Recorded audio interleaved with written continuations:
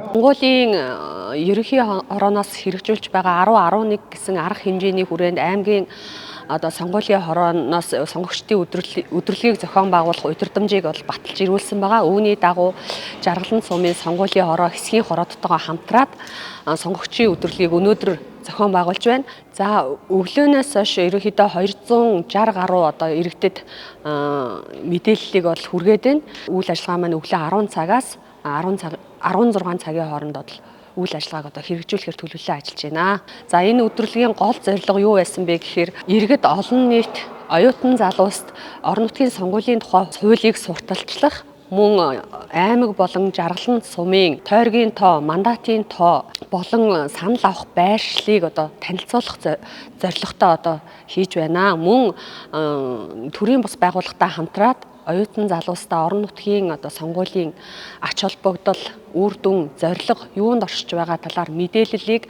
сургалт байдлаар хүргэхээр зорилоо. Тэгэд энэхүү сургалтанд маань идэвхтэй оролцож байгаа хүмүүстээ бас баярлалаа.